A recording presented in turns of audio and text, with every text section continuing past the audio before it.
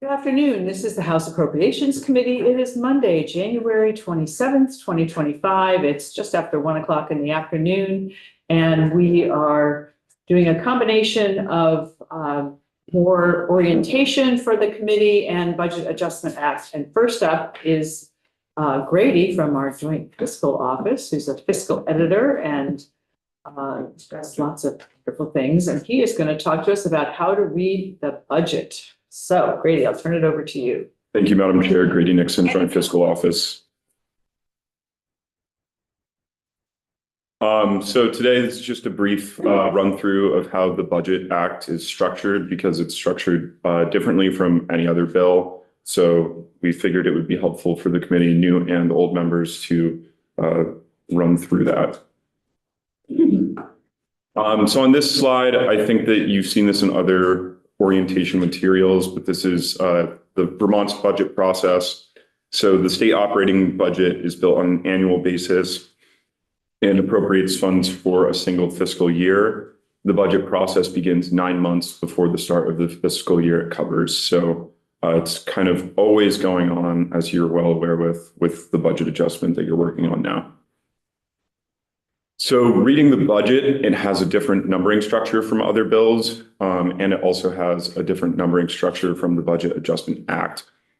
So when you see the Budget Adjustment Act, you'll see that it's sections 1, 2, so on. The budget itself has a different structure, but it has the same numbering structure year to year for the most part. So once you know how the budget is organized, you can look on prior year budgets and understand what's going on there. And then also in the Budget Adjustment Act, where most of the edits to prior fiscal year budget bills happen, it will be section 1, but then it will amend section E 504 and so on. So you'll be able to understand where in that prior year budget that lives. So there are A, B, C, D, and E sections every single year. And then there will be some other sections depending on what else gets pulled into the bill. So A sections are the annual explanatory sections. They include the purpose of the bill, basic definitions, and the legend, which I'll show you in a moment. The legend is probably the most useful section for you if you ever forget how to interpret the budget. That's sort of a shorthand of what I'm going through right now. That will always be section A108. And these sections also outline the authority being given to the administration. So there are some authorities that the administration, particularly the Commissioner of Finance and Management, have in between when the legislature is in session. So this is A108. This is the legend. It will always look this way, and it shows you how the budget is structured. So you'll see that it's organized by function of government, and you have B sections that go from B100 to theoretically B999. We don't get that far along in it. And then there are B sections, the B1000s, that are separate from those base sections. And I'll get into that in a moment. And then those B number sections, we commonly refer to them just as the numbers sections, correspond with E sections. So section B100, if there's something relating to the Secretary's Office for the Agency of Administration, and there's policy language relating to that section would be section E100, and it ties back to the numbers in section B100, if that makes sense. So great. I'm going to pause you for just a sec. We talked to Emily about doing a budget index of all the numbers. So you will be getting a copy of this. It has to be on the paper, and it's everything. So you'll have that index to be able to track the whole budget in great detail, more detail than you might ever want. But there it is. They're right here. Oh, do we have it? Oh, perfect. I'm jumping ahead of you. You're not jumping ahead of me. I did not know that this existed. Oh. I forgot to hand it out. Oh, okay. Oh, well. So as I mentioned, the B sections are the numbers sections. These are the base appropriations for the coming fiscal year. and they match the current version of the web report. So web report is sort of the tracking document for numbers in the bill. And I think you've all seen that by now, I think during the website run through.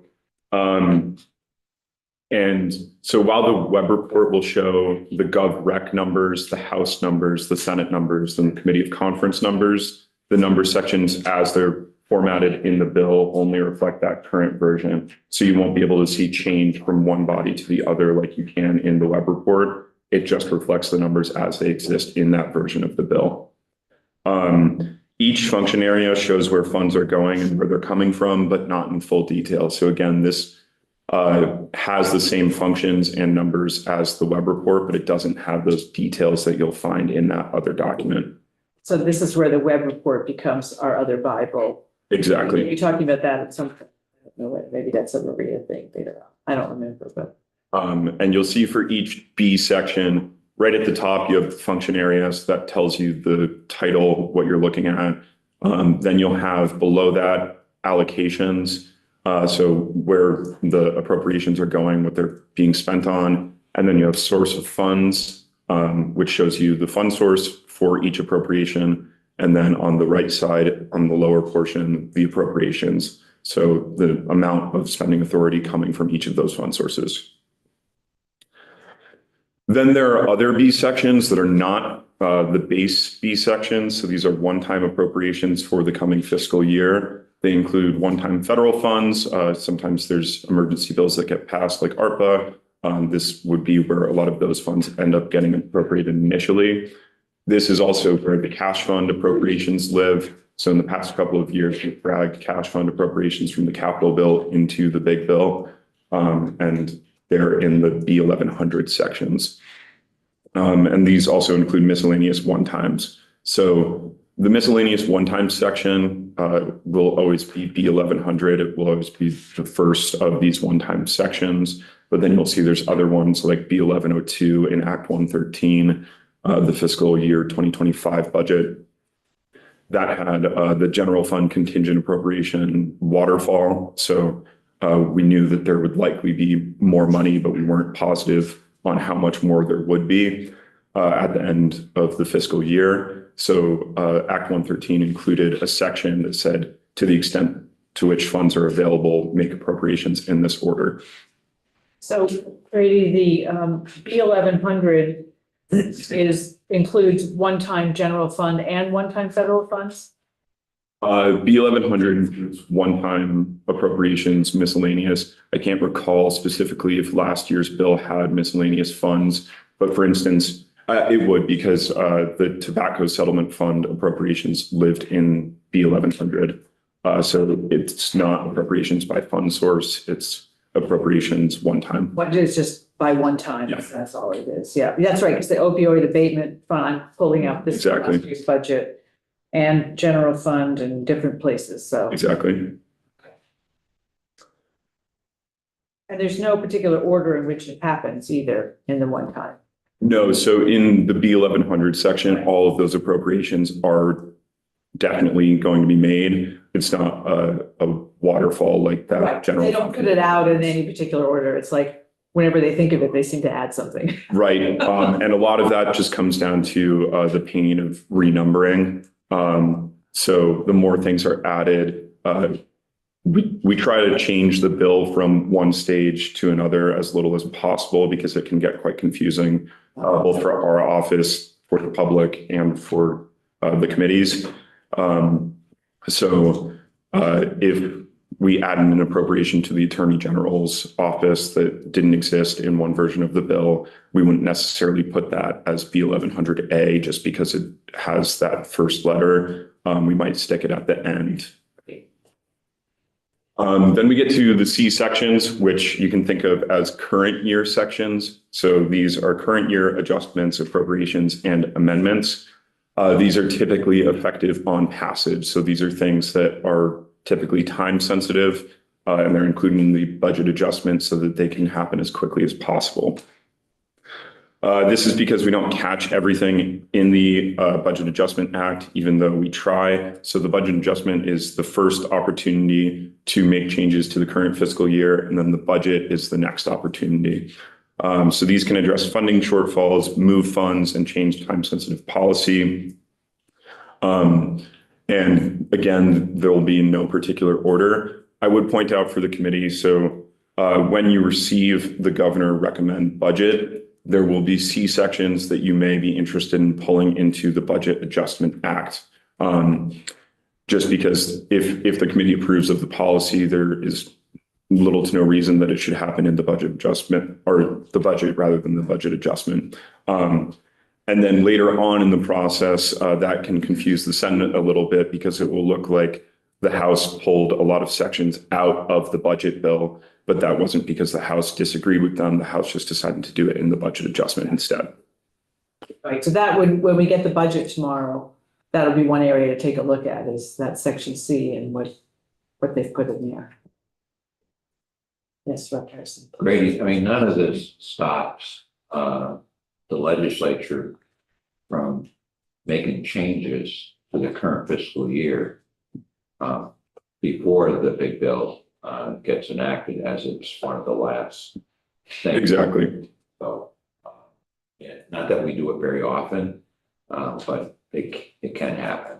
I'm trying to think back a couple of years ago, we did a kind of a goodwill donation to refugees from Ukraine, and that was like immediate, and it obviously affected the current year's budget. Right. So we just would have pulled it out of the section C into this. Right. Yeah, right. And there may be some other things we don't know what we're gonna see, so.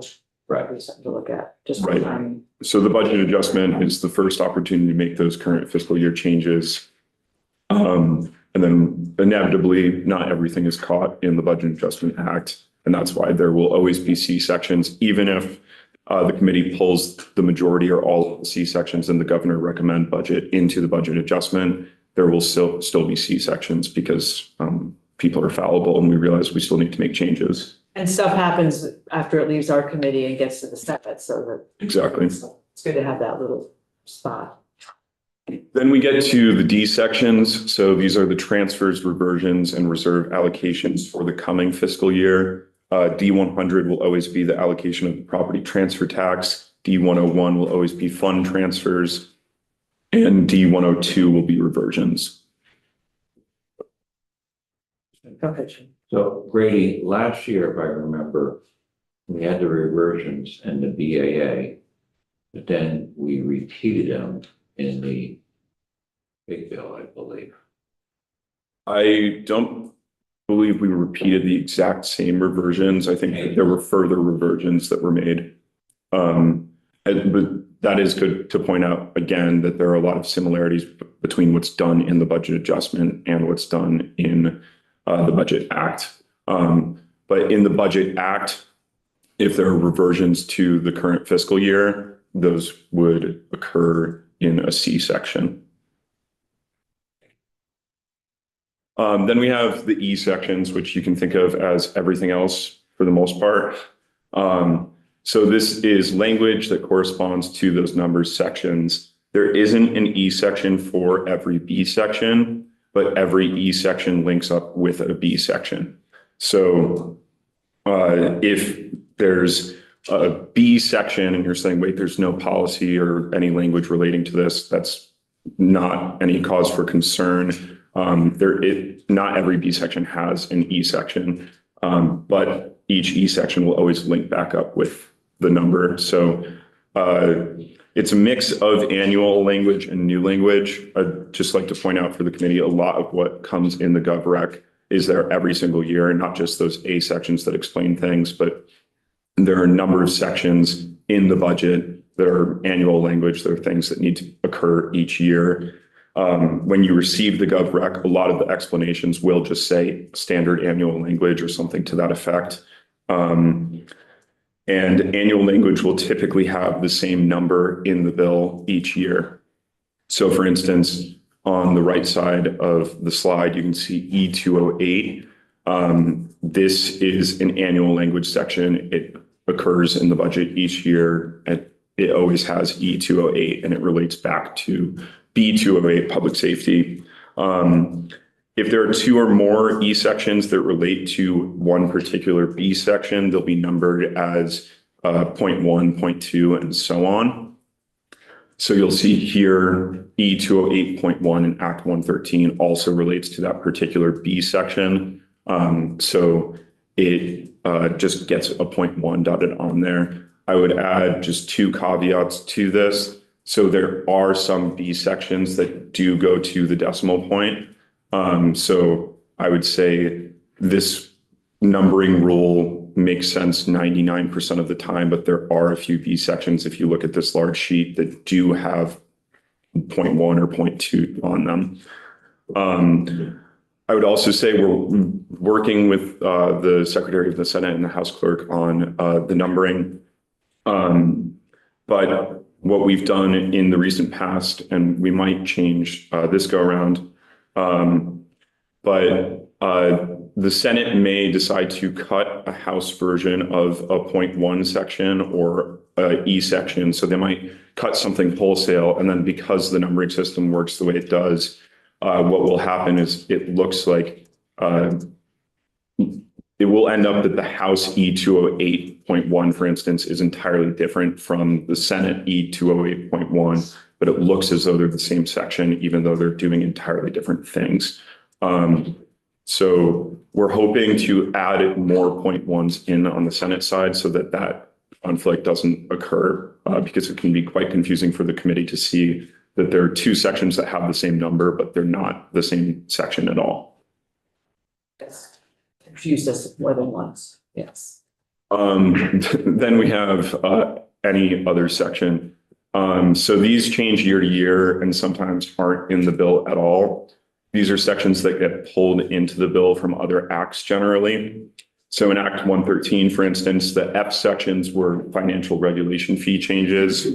The G sections reflected pay act changes. And then the H section was the effective dates. So we just use new letters for new chunks of sections as those things get pulled into the bill. But the effective dates section is always the last one and will always have its own section letter. And when you flip through the budget, you'll see for each of these distinct sections I've mentioned, there are reader assist guides that make it clear that you're entering a new part of the budget. So you'll see asterisk marks and then effective dates.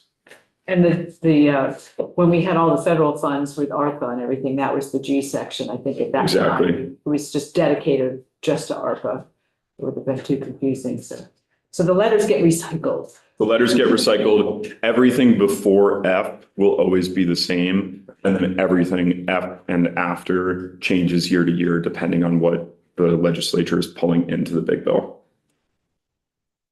So I have one more question. Sorry, just want to follow that. So often, because it's the last bill, we throw in, like, the whole transportation bill gets thrown in or whatever. Does that end up with its own section when we throw in a new bill like that? Yes. Okay. So for instance, the Pay Act was its own section. That's right. Yeah, and that was its own bill. Yes. We just put that in here. So just concluding some things here. Again, a lot of what is in the budget is annual language, kind of boilerplate. Some of what's in the governor's recommended budget will get pulled into the Budget Adjustment Act. Things that are missed in the Budget Adjustment Act will get pulled into the budget. So those bills sort of exist as twins for a decent amount of this process. A sections explain the bill. B sections appropriate. C sections affect the current fiscal year. D sections move money around. And E sections contain language corresponding to corresponding B sections. Other sections vary year to year and come from other bills. I wish I'd had this my first year appropriations. This is the best I've seen of explaining the budget at this level for Grady. And of course, as with anything, if you have any questions, you can reach out to me. But hopefully this will help you with the budget adjustment, knowing where those sections that are being amended from this current fiscal year's big bill live in that bill. Yeah, and if anybody wants to find a copy of, do we still have these around anywhere, last year's budget? I'm not sure if we have any Yeah. addendums, but the bill itself is on the General Assembly's webpage and the Joint Fiscal Office webpage. So you could test it out on the big bill. Any other questions for Grady, Jim? I don't know that there's a right way or wrong way, and I don't know what will happen this year, but typically in the House, we have various bills moving through the chamber that might have appropriations. We have to account for them on our, spreadsheet, web report, whatever. And the Senate typically has taken money out of all those individual bills and put it into the budget itself. I don't know if there's a right way, wrong way, preferred way from Joint Fiscal's perspective. Maybe it's easier for the Senate to do that because they get the big bill second. And a lot of these bills, they may have bills that have money too. Yeah, so the Joint Fiscal Office tracks those appropriations. It's ultimately a policy decision whether those live outside of the budget or in it. The Senate in the past, as you said, has maintained the practice of ripping out as many of those appropriations as possible and putting them into the big bill itself. But even with that practice, that isn't always the case. So for instance, Act 181, including an appropriation that you'll see is amended in the Budget Adjustment Act. That was a one-time appropriation and it lived in Act 181, even though it was accounted for in the budget. But I would say it's standard practice for the Senate in recent history to pull as many of those appropriations into the bill as possible. And you'll see a lot of that in the B1100 sections. So a lot of those appropriations that are occurring in other bills are one-time appropriations and they'll be reflected in the language. Whereas if they're base appropriations happening, that won't be reflected in the language itself.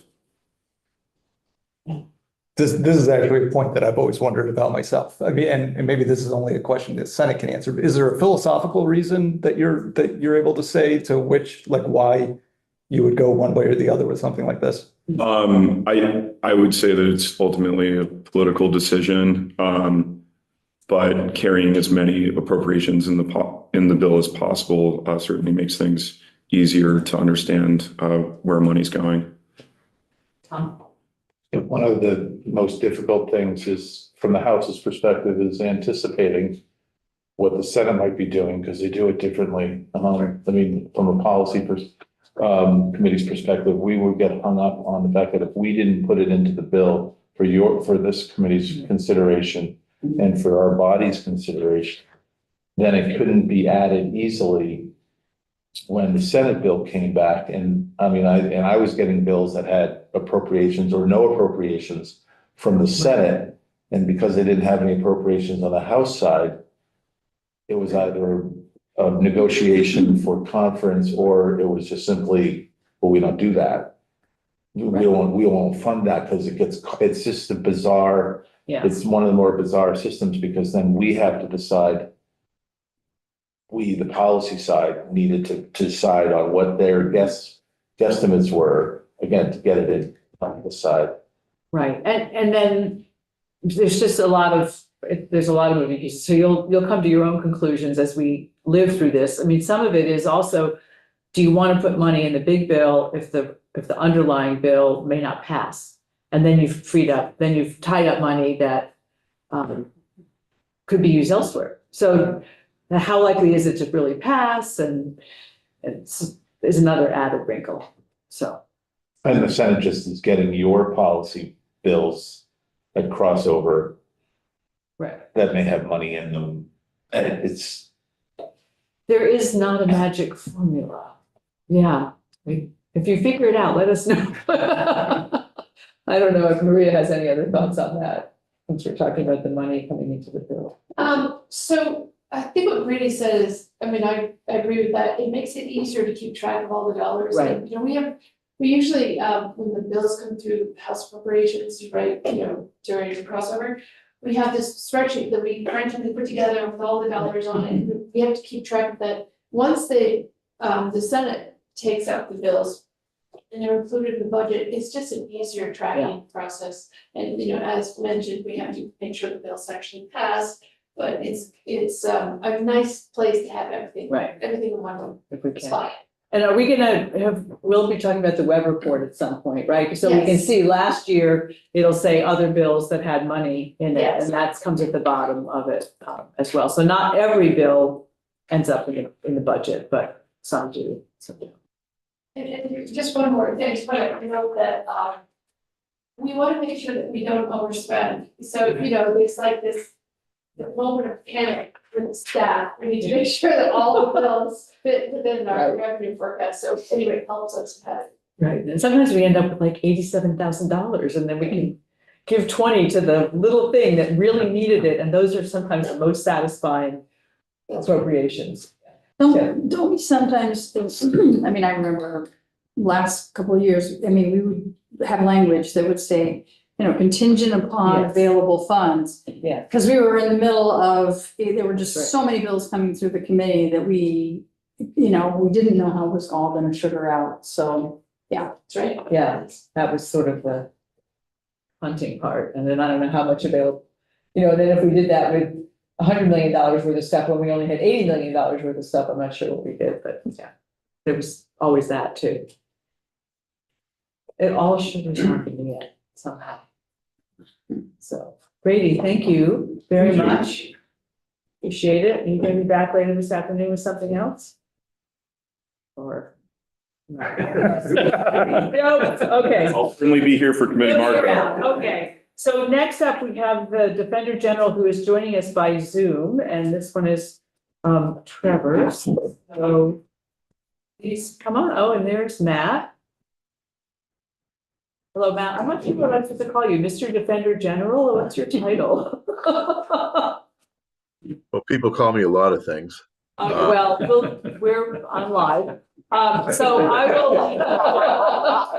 will have our committee go around and introduce themselves. We have a couple people absent at the moment, but we also have a bunch of new committee members. So let's. Dave. Good afternoon, Dave Iacovoni from Morrisville. I represent the Lamoille, Washington District.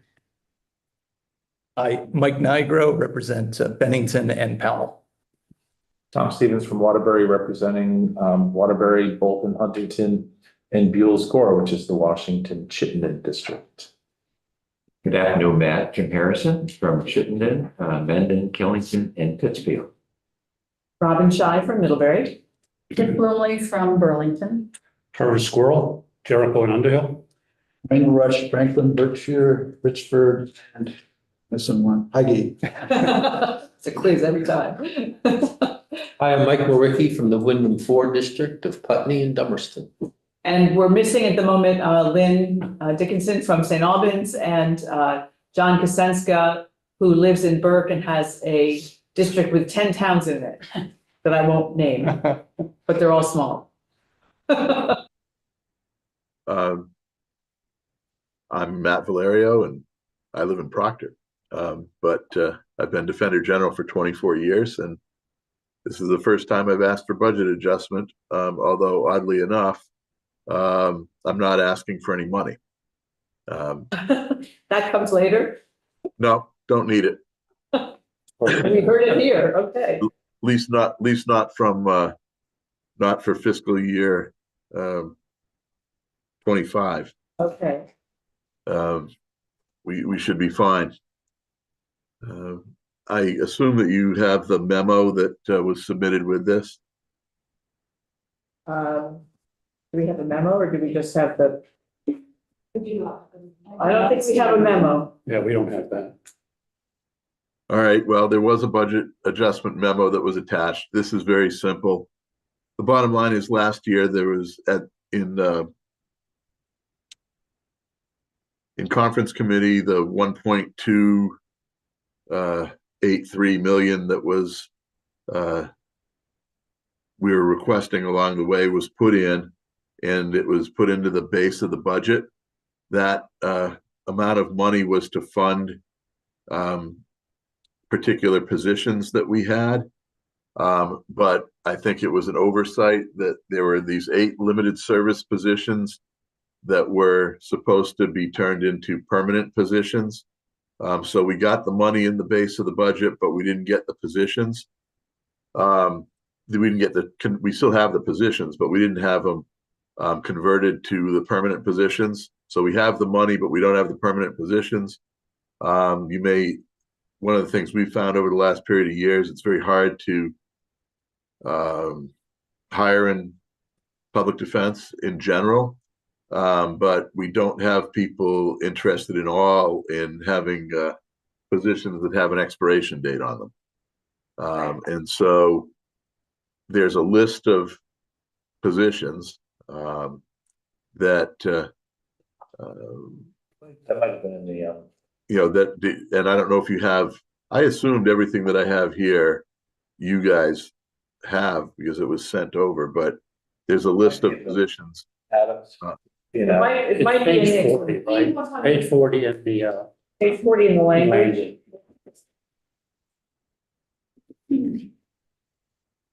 at the bottom.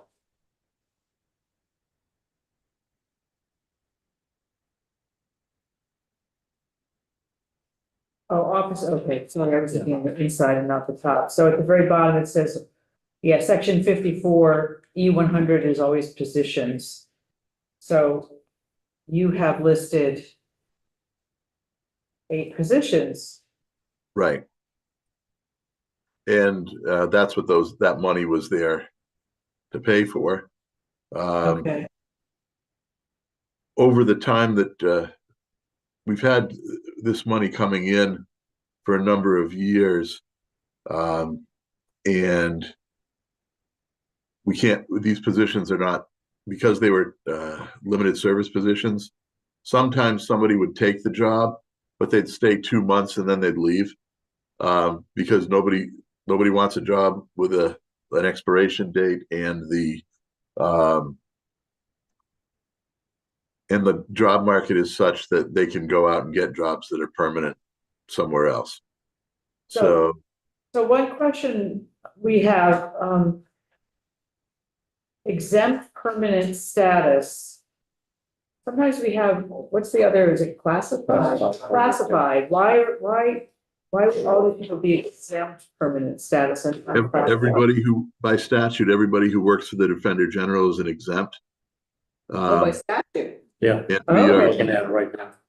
we are covered by the people who are the non-lawyers are actually covered by the Defender General, but Defender General's collective bargaining agreement. So they're still exempt, but they're covered by a collective bargaining agreement through the Defender General's office. So they're kind of odd. They're not classified, although we follow the classified system in a bunch of things in the collective bargaining agreement. The attorneys' positions are all exempt, and they are not covered by a collective bargaining agreement. But by statute, everybody who works for the Defender General's office is an exempt position in state government. Okay, all right, I guess I hadn't realized that. I would note, by the way, that I tried to do this without doing budget adjustment. I had actually went and requested these positions from the pool. And when I got there, I've done that some number of times over the years. The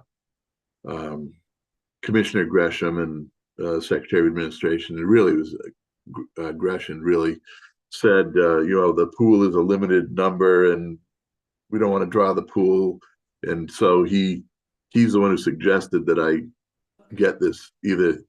He suggested budget adjustment. I was perfectly happy to wait, honestly, until the next budget, but it makes some sense to distinguish out this particular issue from any other issues that would go into the big bill, because there's obviously a lot going on there. And this is a pretty simple thing. So, well, and it also ties into the money that we gave you last year, so that makes sense for it to be basically in the same budget, same year. So you have the money and it will show up in the base in FY26. It was one time in FY25. No, it was in the base in 20. You put it in the base, okay. Okay, great. So- Thank you. Revolution? So these are at-will employees, so that in the event something is to change, you didn't have a need or the money wasn't there, it wouldn't be the same problem of ripping anybody compared to what it would be for classified employee. It's not totally true. The attorneys, that's accurate with. The others are covered by a collective bargaining agreement, and the rights that are contained in the Defender General's collective bargaining agreement were not under the classified agreement, although many of the provisions mirror the classified system. But the attorneys can be eliminated. Any attorney who works for the DG's office can be, put on leave or eliminated if necessary. I've also eliminated positions before if we had rescissions or the like during tough times. I've been around long enough now where I've seen that some number of times and have had to on occasion eliminate a position. Great. It's just the ones who are under the collective bargaining agreement have a little bit more process that go with it. Yeah, I just want to clarify, what I'm reading here. This initially was one-time funding, and last year we did put it in the base. Is that fair to say? Correct. Okay. So the assumption is in fiscal year 26 budget, it will continue in the base. That's my assumption. Yeah, no, that's fine. I was just trying to understand the backstory. If it was one time initially, then that would have made sense that they were limited service positions. Right, But now that it's in the base. right. It's a lot easier to do, Yeah. yeah. Okay, And thank if you. Adam suggested this, Yeah. then I'm sure he's paid attention to that. Yeah, and I would note, like I obviously have a preview of the governor's recommended budget, and this is not in dispute or in really part of the discussion points at all. Thank you. Sure. Yeah, just by way of explanation for everyone, Jimmy might remember when we're coming out of the pandemic in the backlog, we put a bunch of money in the criminal justice Right. system, money for judiciary, state's attorneys, defendant general. And that was a 2-year window, FY 22 and FY 23. And then there was some carryover. I think that sort of happened into 24. And then we still had the need for the positions. That's why the money ended up in 25, put it in the base, and then we're here. Okay. Thank you. All right. For continuity matters. That's very helpful. Great. Any other questions for Matt? Seems pretty clear and straightforward. Not everything is, but we appreciate that this one is. Yeah, I appreciate it. I didn't. I was very proud of my record of not filing for budget adjustment, not needing budget adjustment for 26 consecutive budgets. But I figure it's almost as good if I ask for budget adjustment, but don't ask for any money. So I'm gonna- You get a half a point for that, but we're Unique glad, we're record. glad to be the ones to help you break that cycle, you can't have a win. All right, Matt, thanks very much. We may see you again after the budget's out. Great. Okay, Thank take you. care. Take Bye-bye. care. Okay, committee. Are we on the agenda? We are going to get an early break now. Our next up is Maria and Aaron, so we could back that up by 15 minutes. Would that work for you guys if we did that? All right, so why don't we break until 2 o'clock and then we will start